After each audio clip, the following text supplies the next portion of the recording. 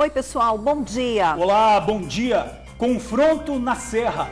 Policiais flagram venda de drogas e o suspeito enfrenta a PM. Outras pessoas se envolveram na confusão. Uma mulher teria tentado impedir a prisão do homem que traficava na região. Ainda na Serra, tiros assustam moradores do bairro Cidade Continental. 2 pessoas ficaram feridas.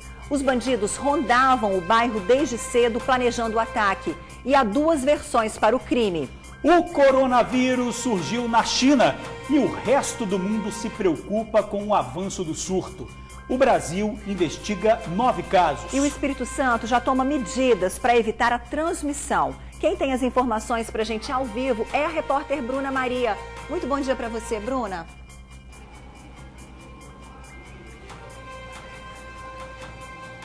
Bom dia, Ingrid. Bom dia, George. Bom dia a todos que acompanham o TN1.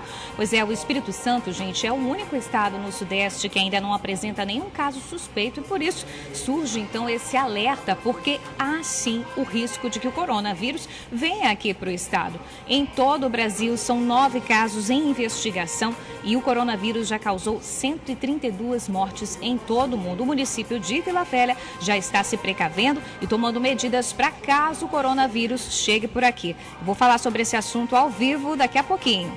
Ingrid, George. Valeu, Bruna, muito obrigado. E olha, aos poucos as cidades do sul retomam a rotina depois da enchente. Mas ainda há muito a fazer. São 6 municípios em estado de calamidade pública e 16 em situação de emergência. Em meio ao caos, a esperança e a força para se recuperar. Sair dos escombros rumo ao recomeço. Pois é, mas temos uma boa notícia. O Espírito Santo saiu do alerta máximo, mas ainda há mais de 14 mil pessoas fora de casa vítimas da enchente. O ministro do Desenvolvimento Regional, Gustavo Canuto, cancelou a reunião que teria hoje com o governador Renato Casagrande. A repórter Tainá Lopes tem os detalhes. Não é isso, Tainá? Bom dia para você. Bom dia, George. Bom dia, Ingrid, a você que nos acompanha. Exatamente, o motivo do cancelamento dessa reunião é que o ministro vai atender agora Minas Gerais, que passa por uma situação muito complicada também por conta da chuva nesses últimos dias. Um novo encontro está agendado para segunda-feira, já no gabinete do ministro em Brasília. Sobre esses alertas, que estavam aí, eram 92 alertas emitidos em relação a deslizamento e risco de alagamento, caíram para 2. Apenas os municípios de Fundão e Ibiraçu continuam em alerta de deslizamento. Essa é uma boa notícia porque já mostra que o nosso cenário aqui no Espírito Santo é um cenário de reorganização na vida dessas pessoas. E quem sabe em breve a gente não tenha mais nenhum tipo de alerta. Daqui a pouco também vamos falar com o Corpo de Bombeiros para atualizar as informações e saber o que de fato está sendo feito a partir de agora com essa nova informação. Valeu, Tainá, obrigado. E olha só isso, gente, confusão dentro de unidade de saúde. Uma médica foi ameaçada por paciente armado. Mães com crianças que esperavam atendimento médico ficaram revoltadas com a cena de violência. E vamos mostrar ainda a história de um homem que acredita ter vivido um milagre. Ele trabalhava quando 2 barreiras caíram. Seu Wilson seguia de carro e o veículo ficou entre 2 montanhas de terra.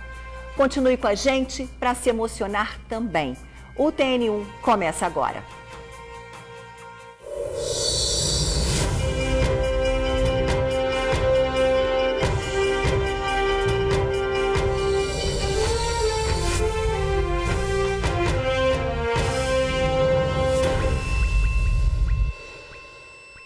Ônibus bate em poste e muro.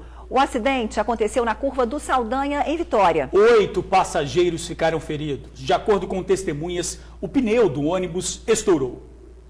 O impacto da batida foi tão forte que dobrou o poste no meio. Os fios ficaram caídos no chão. A parte dianteira do ônibus ficou destruída. Por dentro, deu para notar o estrago. Um pedaço do muro atingido foi parar no banco do motorista. O vidro do para-brisa ficou caído no chão em meio aos pedaços do muro. Cerca de 12 pessoas estavam no ônibus da Aviação Grande Vitória, que fazia a linha 052 para o bairro Santo Antônio.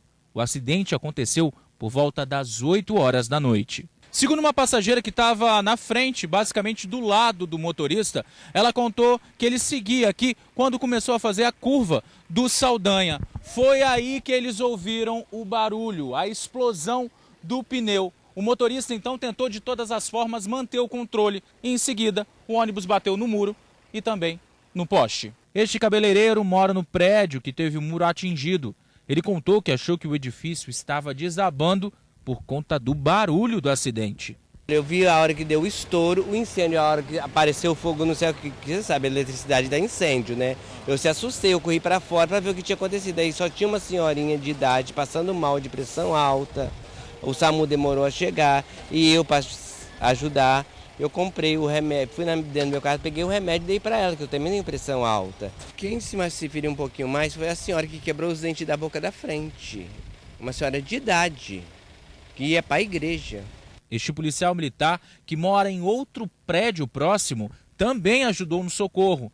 Ele contou que o motorista ficou em choque. Já encontramos o motorista, realmente ele saiu, estava bastante nervoso.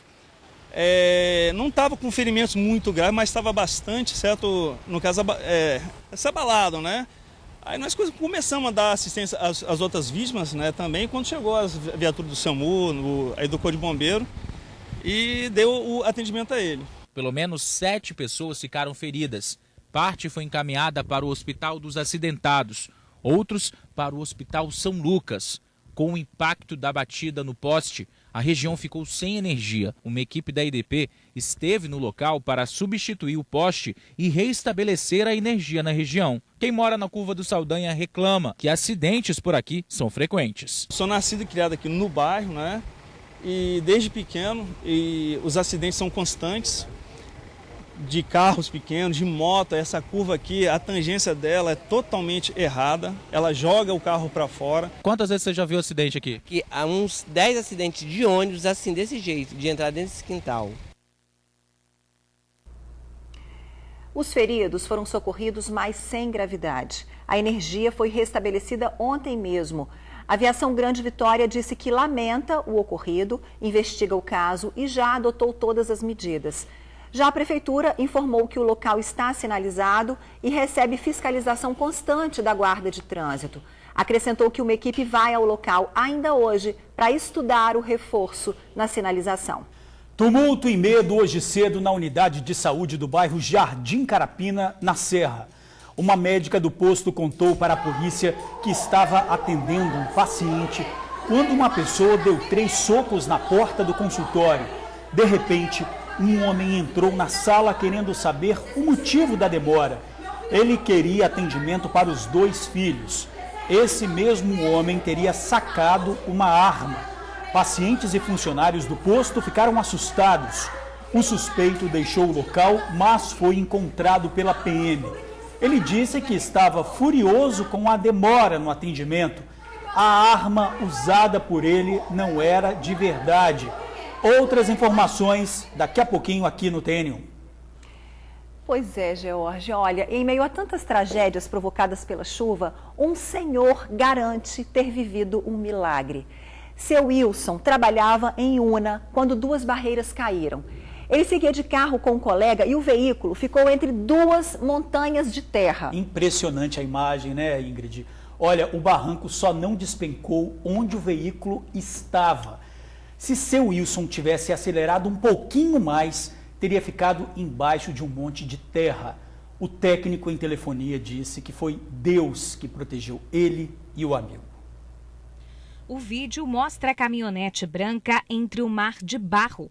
O carro ficou parado na estrada, literalmente encurralado entre 2 barreiras que deslizaram. Ao lado aqui a gente vê uma picape branca, né, que foram dar a manutenção lá na torre. Quando ele estava descendo, caiu uma barreira na frente deles, desceu, né, essa montanha na frente deles.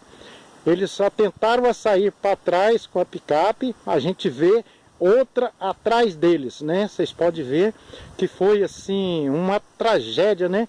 Que Deus colocou aí certinho no lugar onde a gente vê que não passou a barreira.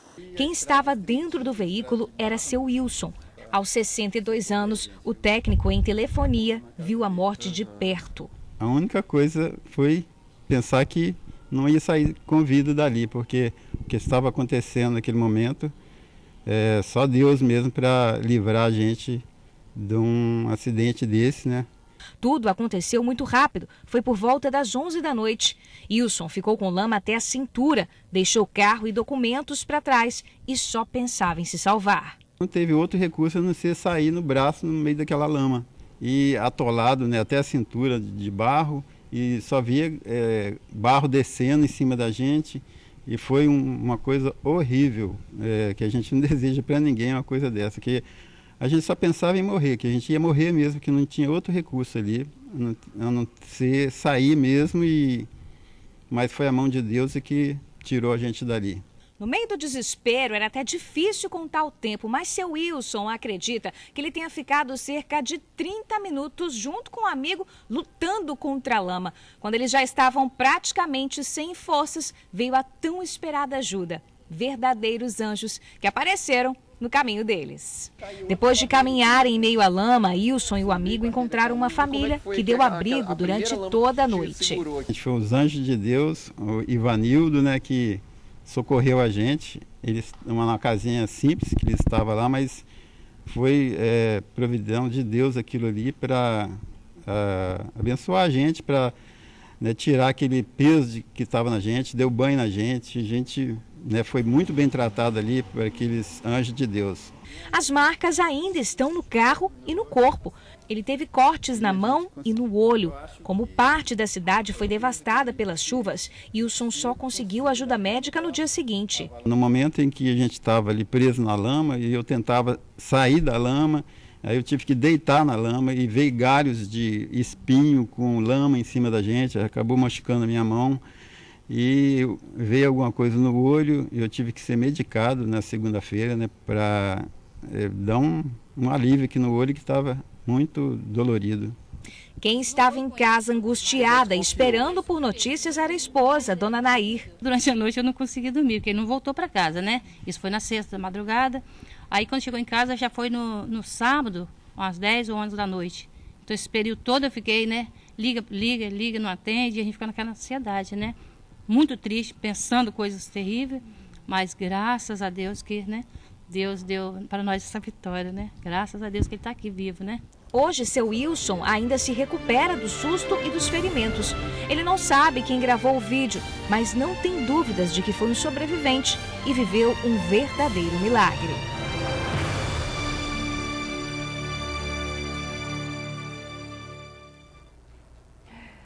Fala sério. Não, a gente fica sem palavras, né? Impressionante uma imagem dessa. E tem gente que ainda não acredita, eu não consigo nem pensar uma coisa dessa, porque além da mão de Deus, ainda enviou anjos, né? Como a gente viu na reportagem, um livramento e tanto. Imagina ficar numa situação daquela e no meio ali ainda, podia cair aquela barreira. Não, entre duas barreiras. Né? A barreira onde estava o veículo não cedeu, mas dos dois lados. Olha só que imagem impressionante, gente. Incrível, né? Incrível. Olha, 2 homens que emprestavam dinheiro a juros foram presos. Eles são acusados de ameaçar de morte quem não pagasse o empréstimo. Os suspeitos atuavam na Serra e em Fundão. Mais de R$500 mil foram emprestados. As notas promissórias e os cheques foram apreendidos com 2 agiotas. Os homens emprestavam dinheiro e trocavam cheques com juros abusivos, sempre acima dos 10%. Eles agiam em toda a Grande Vitória, mas a maioria das vítimas é dos municípios da Serra e de Fundão. A investigação aponta que mais de 100 pessoas fizeram negócios com os criminosos. A dívida somada passa dos R$500 mil. Pela quantidade de notas promissórias e cheques que nós aprendemos, deduzo isso. E devia, pelo que eu estou vendo aqui, foi somar tudo aqui, deve dar mais de R$500 mil, só em dinheiro que ele tem na praça para receber. Durante o cumprimento do mandado de prisão realizado nesta quarta-feira, a polícia encontrou uma arma de fogo que era usada para ameaçar as vítimas. Munições, celulares e anotações de cobranças também estavam com os agiotas. A denúncia chegou até a Delegacia Regional da Serra no início de novembro do ano passado.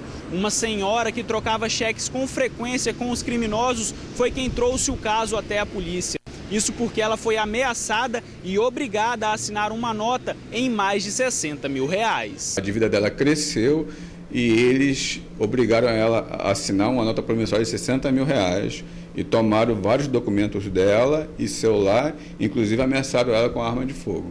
Todas as operações eram organizadas e anotadas em planilhas. Os criminosos foram presos temporariamente por extorsão e agiotagem. O delegado orienta a população a não fazer este tipo de negócio. O que a gente faz é para essas pessoas procurarem meios legais para poder ter esse dinheiro, procurar financeiras, procurar em bancos, né?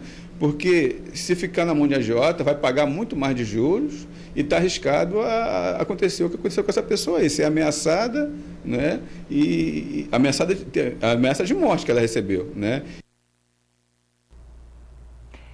Moradores acordaram assustados com tantos tiros no bairro Cidade Continental, na Serra. 2 pessoas ficaram feridas. Há 2 versões para o crime.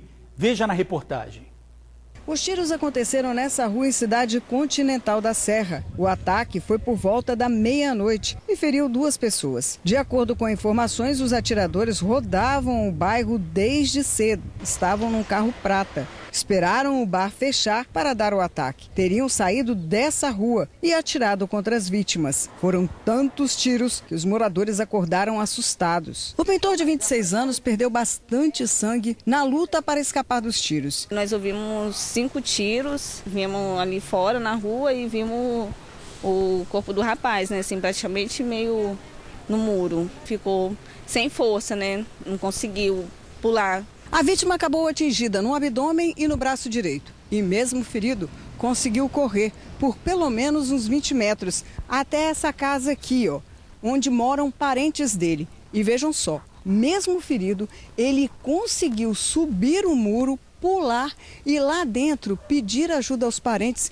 que avisaram a polícia e que levaram a vítima para o hospital. De acordo com a família, ele continua internado. A vítima teria passado por cirurgia. A outra, ao ser questionada pela polícia, desconversou sobre os tiros e alegou ter ferido o pé ao pisar em um prego. Foi atendido no mesmo hospital e recebido alta. No local, 2 versões correm sobre este ataque. Uma delas que seria o ataque da gangue do loteamento contra a Cidade Continental, mas as vítimas não teriam envolvimento com o tráfico. E a outra, que as vítimas estariam numa casa bebendo. Houve uma confusão e os donos expulsaram os 2, que foram parar no bar. Momentos depois, o ataque aconteceu. As investigações seguem agora pela DHPP da Serra.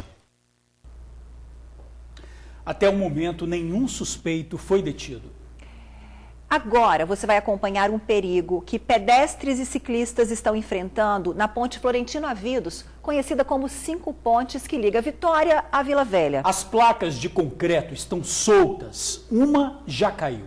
O buraco é uma grande armadilha para todos que precisam passar lá todos os dias. Rachaduras, desníveis e um buraco. Na verdade, um baita de um buraco, né? Perigos que atravessam o caminho de muita gente entre Vila Velha e Vitória. A ponte Florentino Avidos, pelo menos na parte dos pedestres, podemos dizer que está caindo aos pedaços, literalmente. Uns 3 meses que essa placa está quebrada, eu liguei para a Prefeitura de Vitória, eles falaram que não é com eles. Liguei para a Prefeitura de Vila Velha, a mesma resposta. O DR, a mesma resposta. Por incrível que pareça, a menina da Prefeitura de Vitória que me atendeu, quando eu falei que tinha uma placa de cimento nas 5 pontes quebrada, ela perguntou o que estava escrito na placa. Aí eu tive que explicar para ela que não, que era uma placa de cimento que ficava no chão, onde a gente passava de bicicleta todo dia. Dona Rosilene está coberta de razão. Todo mundo que passa por aqui reclama e reclama bastante, viu? Mas também não é para menos, né? O senhor viu aqui, né, essa placa de concreto quebrando, trincando, quebrando aos poucos, tentou sinalizar, mas não teve jeito. Não teve jeito não, tem vários dias que tá... vergonha, tem mais de 2 meses aí, ó. Aí, ó. Mais de 2 meses. Tem mais de 2 meses. Uma vergonha. Se o camarada cair ali, já era. Vai ferir feio, vai se machucar. Nas primeiras horas da manhã, passa uma galera por aqui caminhando para o trabalho ou então dando aquela corridinha, pedalando, enfim. E o bendito do buraco tá aí incomodando e revoltando todo mundo. Correndo risco, né, de um acidente. E tá feio isso aí faz tempo. Essa passagem aqui é formada por placas de concreto e ao andar sobre elas você percebe que estão soltas e algumas inclusive estão bastante deterioradas. Eu fico imaginando a pessoa passar por aqui à noite com a visibilidade reduzida, pode até acabar caindo nesse buraco. Semana passada a gente caminhou, eles colocaram uma fita e agora essa semana já tá esse galho aí, então acho que vai ficar um bom tempo esse galho aí. Mas e aí? Quem é que vai assumir esse problema, hein? A gente fica com medo, Passar do lado de lá, tem lugar de passar. Só que você tem que atravessar lá no sinal ou ali enfrentar os caminhões ali, entendeu? Perigoso. E passar aqui na ponte, muito carro, o pessoal fica buzinando pra gente, os motoristas de carro. E aí, perigo constante. A gente acabou de ver a dificuldade do pessoal passar. Tem um amigo nosso que querendo passar também. Tá difícil, né, cara? Tá difícil aqui. O pessoal até colocou esse monte de galho de árvore aqui, mas isso tá com cara de que vai ficar um tempão nesse lugar. Isso aí botaram ontem, né?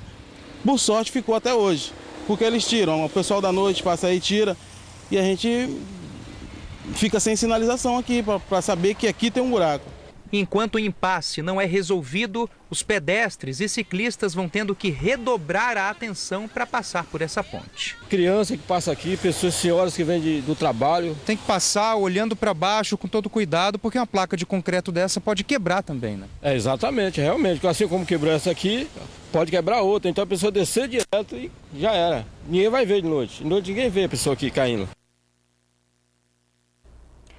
Que perigo, né? Mas temos notícias boas. A Prefeitura de Vitória resolveu o problema.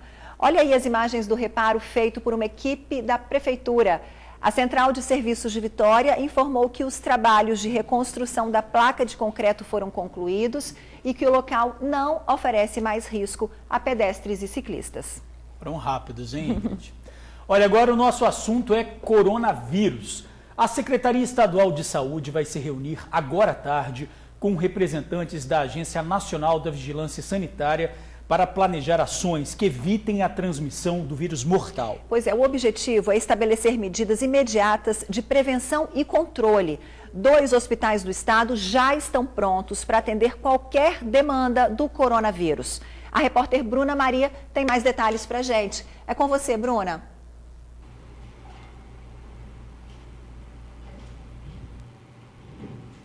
Ei, Ingrid, boa tarde para você, George, mais uma vez, e para todo mundo que está em casa acompanhando a gente. Pois é, como vocês falaram aí, a Secretaria Estadual de Saúde se reúne hoje com representantes da Vigilância Sanitária para falar sobre o coronavírus e o município de Vila Velha também já vem se preparando para lidar com esse vírus que está em vários estados do Sudeste, menos aqui no Espírito Santo. Por isso, hoje à tarde vai acontecer uma reunião com todos os serviços de saúde aqui em Vila Velha, justamente para definir quais são as estratégias de ação e prevenção. Quem já está aqui do meu lado é a Milene Murá, ela é infectologista e referência técnica da Vigilância Epidemiológica. A gente vai conversar sobre esse assunto. Milene, boa tarde para você, seja bem-vinda ao Tribuna Notícias. O município de Vila Velha, então, já está se prevenindo e se preparando para a possível chegada, né, se acontecer, do coronavírus. Boa tarde. Boa tarde. Sim, essa reunião faz parte de uma série de ações que nós estamos tomando, de maneira que, na presença de um caso suspeito, nossos hospitais, nossos profissionais de saúde saibam lidar com ele e conduzi-los da maneira adequada. Agora, como eu disse agora há pouco, o Espírito Santo ele é o único estado do Sudeste que ainda não apresentou nenhum caso suspeito. Em todo o país, são 9 casos em investigação. Existe o risco, Milene, que o coronavírus chegue aqui ao estado? Sim, o risco existe. Se a gente tiver pessoas provenientes da China, sintomáticos, esse risco é factível. Agora tem algumas preocupações, alguns eventos que preocupam a gente. Tem um navio chinês atracado no Porto de Vitória, algumas pessoas se preocupam também com a chegada de mercadorias, muita gente compra coisas da China. Como é que a gente pode lidar com isso? Há a possibilidade que algum desses tripulantes do navio chinês atracado no Porto de Vitória esteja com vírus incubado, que ele possa transmitir para alguém aqui? Na verdade, esses tripulantes já devem ter sido orientados pelo Estado, pela Prefeitura de Vitória. Se alguém apresentar sintoma, com certeza será encaminhado para um serviço de saúde e todas as medidas de tratamento e isolamento serão realizadas para impedir a propagação do vírus aqui. Com relação às mercadorias, não há nenhum risco. O vírus não sobrevive em mercadorias, embalado tanto tempo. Então, as pessoas podem comprar tranquilas mercadorias da China, usá-las sem o menor problema, que esse risco é inexistente.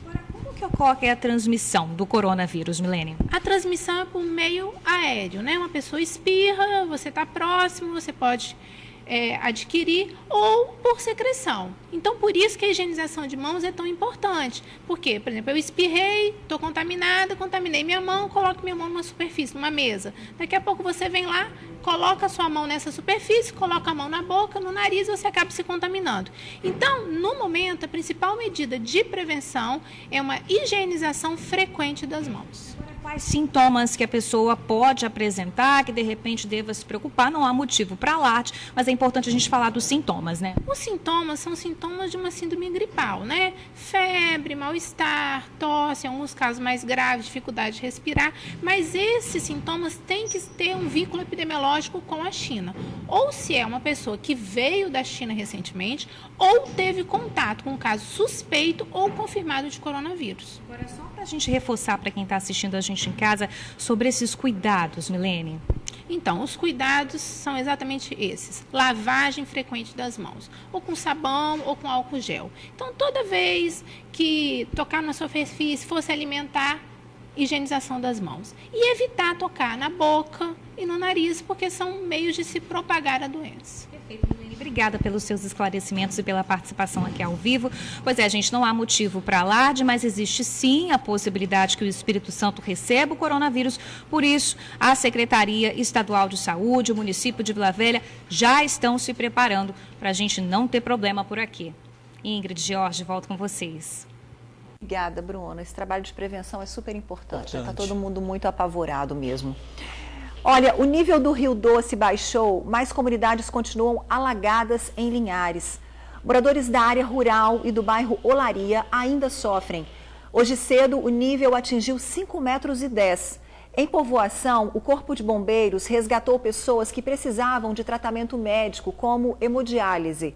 Várias famílias estão fora de casa e foram abrigadas no ginásio. De acordo com a Defesa Civil, a tendência é que o nível diminua, mas alguns pontos ainda merecem atenção. Em Iconha, o prédio de 4 andares condenado pela Defesa Civil foi demolido. O imóvel estava com uma rachadura no térreo. Por conta da força da chuva e da cheia do rio, a encosta onde o prédio estava cedeu e deixou a estrutura em risco. Corpo de Bombeiros, Defesa Civil, policiais e máquinas prepararam o local. A rua já estava isolada desde o dia da enchente. A energia da região foi cortada para evitar acidentes e casas vizinhas foram esvaziadas. Pois é, Jorge, a gente continua falando dos estragos da chuva no sul capixaba. Moradores e comerciantes vão se reerguendo. Claro que isso vai demorar um tempo, mas é preciso seguir em frente e recomeçar. Pois é, Ingrid, a força-tarefa que atende os moradores que vão receber benefícios do governo, como o cartão Reconstrução, continua nos municípios atingidos. A procura pelo atendimento é grande. A Tainá Lopes tem mais informações. Tainá, voltamos com você. Ei, Jorge, vou pedir licença para antes da gente entrar nesse assunto, é que essa notícia acabou de chegar aqui para a gente. O número de mortos agora por conta das chuvas no Espírito Santo passa de 9 para 10. Foi um corpo que foi encontrado, estava desaparecido, foi em Cachoeiro de Itapemirim. Estou aqui com o Tenente Coronel Carlos Wagner Borges, ele que vai nos informar, porque acabou de chegar essa informação. É verdade, no quilômetro 409,5 da BR-101, ali em Luanda, Itapemirim, foi encontrado um corpo de uma mulher com as características semelhantes à que foi vista no rio. Então, nós subimos para 10 agora o número de óbitos provocados pela chuva. Essa informação está sendo atualizada agora. Em compensação, o número de alertas caiu de 92 para 2. Apenas 2 municípios do Espírito Santo continuam com alerta de deslizamento. São os municípios de Fundão e Ibiraçu. O que isso quer dizer na prática em relação aos riscos, provocados pela chuva aqui no estado? Isso quer dizer que diminuiu em muito a possibilidade de mais deslizamento de terra com possibilidade de soterramento de alguém. Então, a partir de agora, a gente parte do princípio que morrer em virtude de soterramento diminui bastante a possibilidade. Agora, caso a chuva volte a acontecer daqui a alguns dias, essa possibilidade pode aumentar de novo, considerando que o solo e as condições naturais do ambiente, da nossa geografia, já estão bastante comprometidas pelo excesso de chuva dos últimos dias. O nível do Rio Doce também começou a baixar. Sim, em Colatina já está abaixo da cota de inundação e em Linhares já começou a baixar desde as primeiras horas da noite de ontem e a tendência agora é que volte à normalidade nas próximas horas. Por conta dessas modificações, Tenente Coronel, o trabalho do Corpo de Bombeiros também sofre uma mudança? Vocês utilizam de outra estratégia para atender outras necessidades? Sim, a partir de agora nós continuamos ainda nas localidades afetadas, porque há muito trabalho ainda para ser feito, principalmente dos municípios do sul do estado. Nós temos aí 22 municípios, sendo 16 com reconhecimento federal já da situação de emergência e 6 com reconhecimento de estado de calamidade pública. As nossas equipes, junto com o apoio das equipes do Exército Brasileiro, se encontram na área, dando apoio principalmente no restabelecimento dos serviços públicos que são necessários à comunidade, como hospitais, escolas, postos de saúde, ou seja, os trabalhos ainda continuam intensificados nessas localidades. São 14.765 pessoas desabrigadas e desalojadas em todo o estado. O número de mortes agora passa para 10, não há mais desaparecidos, né? E também 10 feridos. A gente mostrou ontem no Tribuna Notícias uma força-tarefa que está sendo feita, o senhor disse da necessidade nessas comunidades, e o Corpo de Bombeiros participa dessa força-tarefa. Sim, o Corpo de Bombeiros participa, porque nós entendemos que precisamos dar a nossa contribuição a favor da vida. Não estamos medindo esforços para que as pessoas consigam resgatar a esperança e reiniciar um novo ciclo de vida a partir do momento em que os municípios vão se recuperando. Nós, inclusive, publicamos nas nossas mídias sociais hoje, @BombeiroMilitarES, um vídeo com as contas correntes do Corpo de Bombeiros Militar, para que você, cidadão, você voluntário, que queira participar diretamente, auxiliando a reconstrução da vida dessas pessoas, possa fazer a sua doação. Comprar uma geladeira, um fogão, uma botija de gás, para as pessoas que foram afetadas. Mais de 800 casas destruídas, mais de 300 pontes destruídas, orçamentos aí acima da casa dos 500 milhões de reais para recuperação. Então, continuando com o trabalho de voluntariado, unindo forças, Corpo de Bombeiros Militar, Governo do Estado do Espírito Santo, sociedade voluntária, nós conseguiremos aí atingir os objetivos e ajudar no restabelecimento da vida dessas pessoas. Tenente Coronel Wagner Borges, muito obrigada pela sua participação. Agora eu vou passar as informações em relação à Força-Tarefa. É que durante esse atendimento da Força-Tarefa é possível receber orientações sobre crédito e tratamento tributário diferenciado para empresas afetadas, emissão de laudo do Corpo de Bombeiros e da Defesa Civil, realização de cadastro para o acesso do cartão Reconstrução, solicitar também segunda via de carteira de identidade e ainda receber orientação jurídica com o apoio da Defensoria Pública e requisição gratuita de segunda via de certidões pessoais, além do cadastro para consultorias do SEBRAE. As cidades que estão recebendo essa força-tarefa são Alfredo Chaves, o atendimento acontece no Centro de Referência e Assistência Social, em Iconha, na Praça Central, próximo à Igreja Santo Antônio, em Vargem Alta, na Câmara de Vereadores e em Rio Novo do Sul, o escritório itinerante que roda por toda a cidade. Essa força-tarefa está para ajudar nesse momento de reconstrução aí dos municípios e a gente atualiza mais uma vez vocês, o número de mortes passou para 10, a jovem desaparecida em Cachoeiro de Itapemirim foi encontrado. Um corpo com características muito idênticas à dessa jovem foi encontrado pelo Corpo de Bombeiros. Volto com vocês. Tá certo, Tainá. Muito obrigada aí pela sua participação. Um abraço aí para o Tenente Coronel Carlos Wagner também. Um trabalho incansável de todos esses bombeiros, né? Obrigada. E olha, 3 pessoas foram presas depois de um confronto com a Polícia Militar no bairro Planalto Serrano, na Serra. Durante a ação, PMs usaram spray de pimenta para conter a confusão. Com os detidos foram apreendidos arma e droga.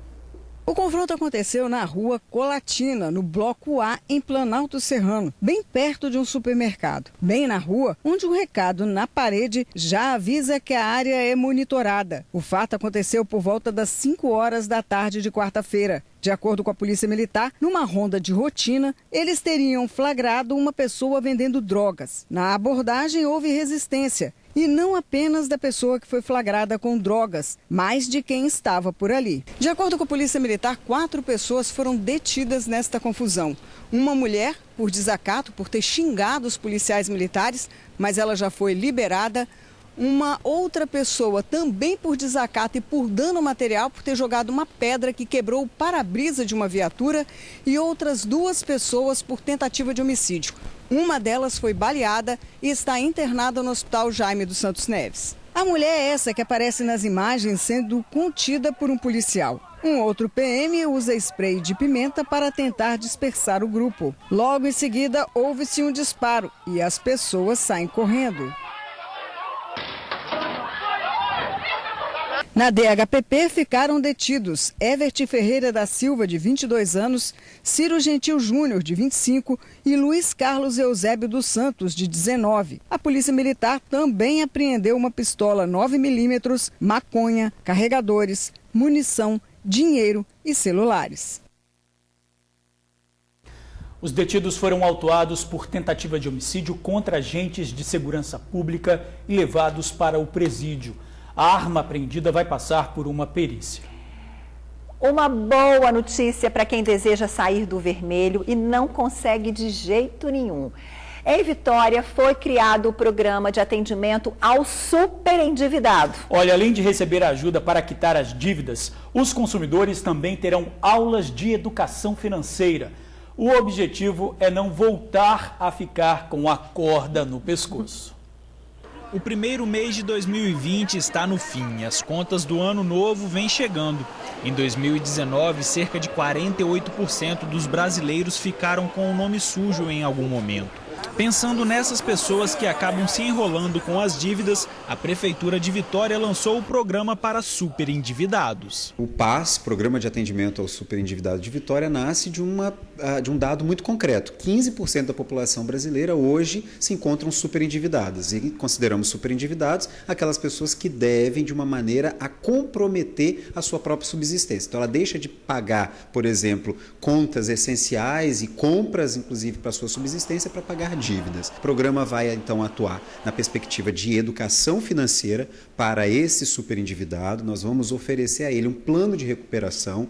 Isso vai ser feito por um economista e vamos tentar negociar também com os seus credores, na perspectiva de eventualmente tirar juros, de tentar parcelar e também vamos, se for o caso, encaminhar esse superendividado para serviços de empregabilidade no município e também para atendimento psicossocial, se for o caso. Uma pesquisa feita pelo SPC apontou que depois de se endividar, as pessoas aprendem a lição e passam a ter mais controle com os gastos. Por isso, o principal objetivo do programa oferecido aqui na Casa do Cidadão de Vitória é a educação financeira. O mutirão não tem, infelizmente, essa possibilidade. A pessoa vai ali, negocia e, eventualmente, depois volta a se endividar. Nosso programa é mais do que isso. Nosso programa busca educar o consumidor para ele sair daquela situação e não mais voltar. Esse é o caso do Wagner. Depois de passar a vida toda endividado, enfim saiu do vermelho. Procurei ajuda, fiz cursos, pela internet. E a partir daí eu comecei a controlar todos os gastos que eu tenho, seja uma bala, eu controlo. Eu anoto para saber o que eu estou gastando e o que eu vou dever no final do mês.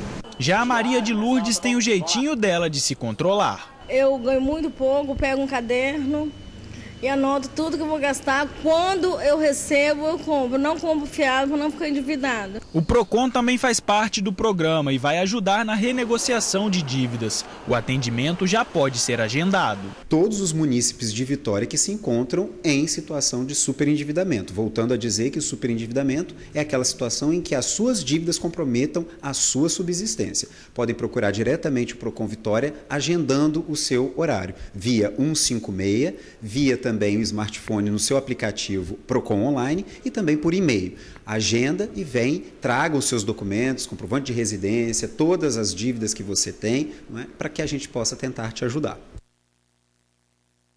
Ninguém merece corda no pescoço, né? O agendamento para o programa deve ser feito no Fala Vitória pelo telefone 156 ou pelo e-mail pass.procon.vitoria@gmail.com.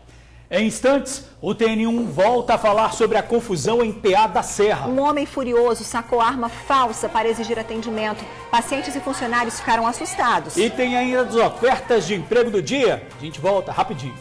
A gente volta a falar da confusão dentro de uma unidade de saúde da Serra. Uma médica foi ameaçada por um paciente armado que se irritou com a demora no atendimento. O subsecretário de Saúde mandou um vídeo explicando essa confusão. A Secretaria de Saúde tomou conhecimento do ocorrido aqui em Jardim Carapina. Estou aqui para poder tranquilizar a população. Já estamos reforçando a segurança da unidade. Tá? O que ocorreu foi que um paciente que estava com o horário marcado chegou muito mais cedo do que o horário que estava agendado, ficou nervoso com a demora e ameaçou os funcionários, ameaçou a médica, tirou a arma, mostrou a arma para a médica. Esse cidadão já foi autuado pela polícia, a arma já foi recolhida. Agora nós estamos reforçando a questão da segurança para voltar ao funcionamento da unidade. Olha, agora a gente vê o vídeo enviado por um paciente que estava no posto de Jardim Carapina logo depois da confusão.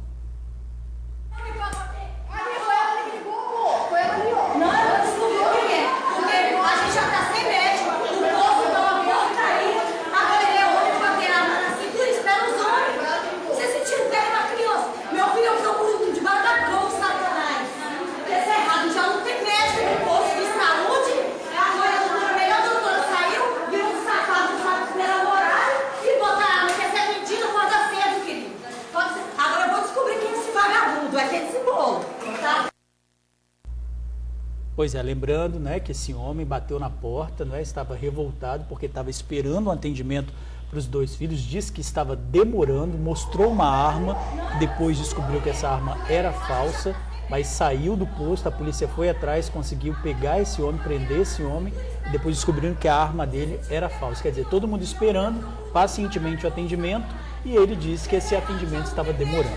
Você imagina o pânico de todo mundo, né? Até descobrir que essa arma é falsa, gente, não dá, né? Olha, vamos para o nosso giro de câmeras para atualizar o trânsito e a previsão do tempo. Você vê imagens ao vivo da praia de Camburi, em Vitória. Por lá, motoristas seguem sem retenção nas pistas nesta quinta de tempo nublado. Segundo o site Clima Tempo, não chove na capital do estado hoje e a temperatura sobe, máxima de 34 graus. Seguimos para a reta do aeroporto, onde os motoristas que trafegam em direção à Serra também encontram trânsito tranquilo. Amanhã o tempo permanece como hoje, quente e sem previsão de chuva. E no sul do estado, hein? Em Cachoeiro tem sol e aumento de nuvens, com chances de pancadas de chuva à tarde e à noite. Em Iconha não chove hoje, máxima de 34 graus no município. E agora vejam essa, um casal quebrou a vidraça de um banco em Vitória. O casal teria usado uma tampa de bueiro para quebrar o vidro. Os suspeitos foram detidos pela PM perto da agência, que fica no bairro Santa Lúcia. O casal ainda tentou fugir, mas acabou detido e levado para a delegacia. Com os dois, foi encontrada uma caixa com um rolo de fio telefônico de cobre. O gerente do banco foi ao local, mas não quis representar contra os suspeitos. O ataque de bandidos em Jardim da Penha, Vitória. Uma estudante de 13 anos é a nova vítima dos ladrões de celular. Pois é, a jovem caminhava pela rua quando foi abordada e não é a primeira vez. Moradores e comerciantes pedem mais segurança. Na primeira abordagem, um pedido de ajuda. Eu estava em casa e eu ia encontrar minha amiga para ir na sorveteria. Aí esse cara me parou e me pediu dinheiro para completar, eu queria comprar alguma bebida na padaria. Aí eu dei R$3 e ele falou que não queria me assaltar nem nada. Aí eu fiquei assustada já, aí eu já andei mais rápido. Em seguida, a tentativa de assalto. Aos 13 anos, a garota já foi vítima de criminosos outras vezes. Aí depois lá na frente, ele me parou de novo, agradeceu pelos R$3 e primeiro ele falou que não queria me assaltar e depois ele falou que só queria o celular. Aí nisso eu saí correndo e ele só só falou, corre, corre. Foi isso que aconteceu. Alguns meses eu já fui assaltada de novo, aí agora eu tô com mais medo. O caso foi em Jardim da Penha, Vitória. Não é difícil encontrar no bairro quem tem medo. A gente vem assim, com um pouco de medo, né? Você sai, olha pra frente, olha pra trás, você tá sempre preocupada, né? Procure esconder, não carregar objetos de valores, né? E o que tem necessidade de carregar, né? Tomar um certo cuidado, né? Mas proteção mesmo a gente só espera de Deus, né? Porque tá difícil. Realmente o bairro tá muito inseguro, né? A gente tem que trabalhar, não tem jeito, anda se vigiando de um lado para o outro, até porque eu já fui assaltada, não aqui, em outro bairro. Então sempre fica aquele trauma, né? Vai acontecer de novo. Quando você diz trauma, é o jeito que você caminha meio que monitorando? Isso, se vigiando. E a gente sabe que é um bairro visado, né? E a gente fica na preocupação. Qualquer momento pode acontecer comigo, né? Leninha só não foi assaltada porque conseguiu entrar no ônibus. Eu estava no ponto de ônibus lá e aí o cara veio de bicicleta na minha direção, mas aí o ônibus aí eu entrei e não deu tempo. Por pouco, né? Por pouco. E tem até turista em alerta. Toma cuidado com o celular, com pulseirinha de ouro, com coisas assim. Não ficar dando muitas mole assim, porque do nada aparece gente que você nem imagina assim já. Mas só isso, né? Não, vamos ficar na balança, né? Tomar cuidado e ficar mais atento, né? É melhor, né? A insegurança em Jardim da Penha já é tema antigo. Os moradores sempre pedem por mais policiamento. Só que durante o verão existe um agravante. Parecem que as viaturas de polícia militar e guarda municipal estão mais concentradas em regiões de praia. E o interior do bairro fica esquecido. Aqui está precisando mais policiamento, né? Segurança, a guarda municipal aqui quase não roda aqui. Eles só vêm aqui só para multar carro, mais nada. Vixe, hein? E o que diz a PM? A PM diz que faz operações baseadas no mapa do crime e reuniões com a comunidade. Confirmou que existe o projeto Condomínio e Comércio Monitorados. Por telefone, moradores e comerciantes alertam diretamente os PMs sobre suspeitos e crimes. Já a Secretaria de Segurança de Vitória diz que a guarda faz rondas em apoio à PM e denúncias podem ser feitas pelo 190. E um empresário se feriu depois que o elevador despencou na enseada do Suá, em Vitória. O acidente aconteceu dentro da casa da vítima de 60 anos. Bombeiros foram ao local para socorrer o empresário César Viola, que estava sozinho no momento da queda. Uma ambulância do SAMU encaminhou um homem para o hospital. Ele teria sofrido ferimentos graves. César Viola é dono de um cerimonial que é anexo à casa onde ele mora. Ao abrir a porta do elevador, o cabo de aço quebrou e o equipamento caiu. O empresário ficou preso pelos braços. Vizinhos ouviram o pedido de socorro e chamaram os bombeiros. Não tivemos acesso ao estado de saúde da vítima.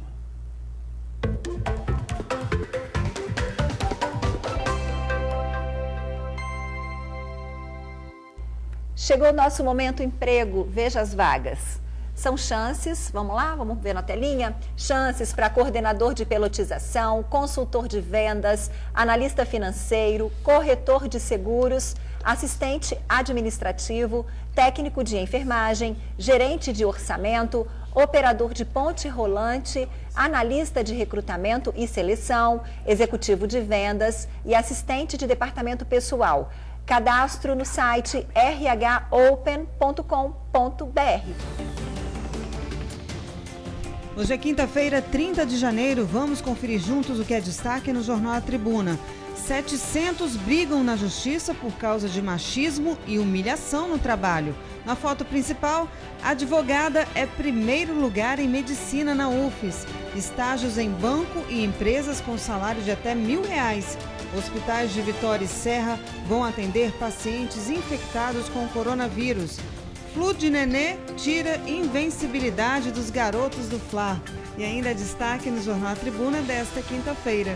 Nota 2, amor tem que existir não só na cama, diz Eduardo Costa. Radares são reinstalados nas rodovias federais. E no caderno sobre rodas, Polo GTS nas lojas por R$ 99.470.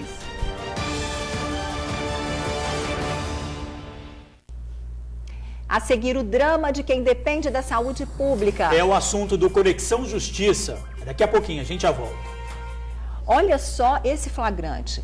Veja o momento exato em que uma árvore cai e atinge veículos no bairro Muquiçaba, em Guarapari. A árvore fica em frente a uma farmácia que chegou a pedir à prefeitura autorização para a retirada do flamboyant, mas não foi atendida a tempo. A árvore já apresentava perigo. Na queda, 2 carros e 2 motos foram atingidos. A prefeitura disse que o processo de autorização para a retirada estava em andamento. Ontem, equipes limparam o local. É a tal da burocracia, né? Esperar acontecer um problema para depois resolver. Retirar, né? Olha, o drama de quem depende da saúde pública. A paciente tem microcefalia, precisa de acompanhamento com um neurologista, mas há mais de um ano não consegue consulta com o especialista. Pois é, a família entrou em contato com o Conexão Justiça e Marcele Altoé descobriu que faltam neurologistas em todo o estado. O Ministério Público acionou a Justiça para que o problema seja resolvido.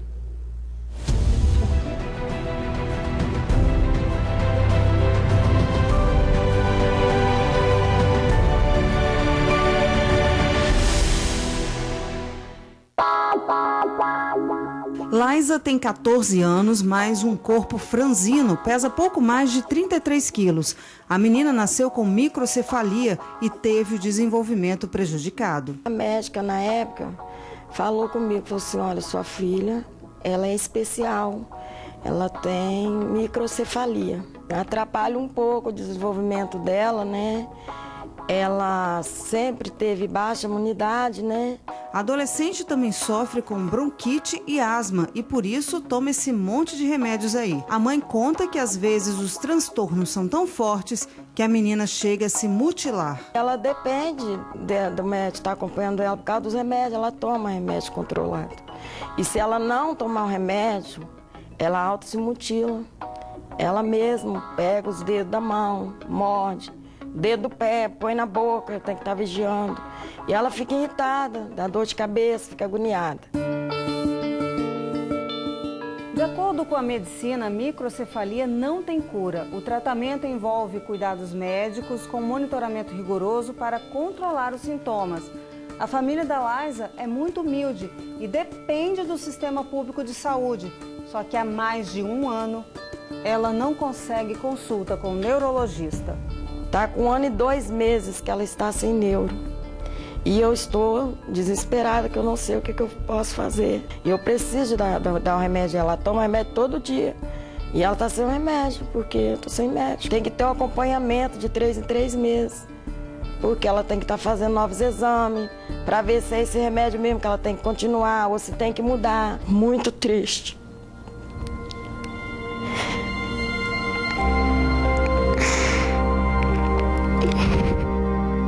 Mais um caso em que o direito à saúde está sendo violado e, por isso, mais uma vez, recorremos ao Ministério Público Estadual. O órgão, inclusive, já acionou a Justiça por causa da falta de neurologista no estado. Somente em Vitória, são mais de 1.700 pacientes à espera de uma consulta com o especialista. Essa especialidade já foi objeto de ação civil pública proposta pelo Ministério Público, objetivando regularizar essa fila de forma a que o Estado atenda imediatamente todos os pacientes que estão inseridos no sistema. Essa ação está em fase de tramitação, né, na Justiça. Ela foi proposta no ano de 2018 e, além disso, o Ministério Público, através de inúmeras reuniões com a Secretaria de Estado da Saúde, tenta, da forma extrajudicial, tentar um caminho mais rápido para poder sanar essa demanda reprimida que vem se formando ao longo desses anos. E no caso da Laísa, a promotora de justiça, que é coordenadora do Centro de Apoio à Saúde, explicou o que a família deve fazer. A paciente, né, ou então a representante dessa paciente, deveria se dirigir à unidade de saúde do seu bairro para poder se cadastrar para o nome dela ser inserido no sistema de regulação da Secretaria de Estado da Saúde. E aí, a partir desse momento, a Secretaria de Estado da Saúde vai fazer a marcação da consulta com o especialista em neurologia para paciente.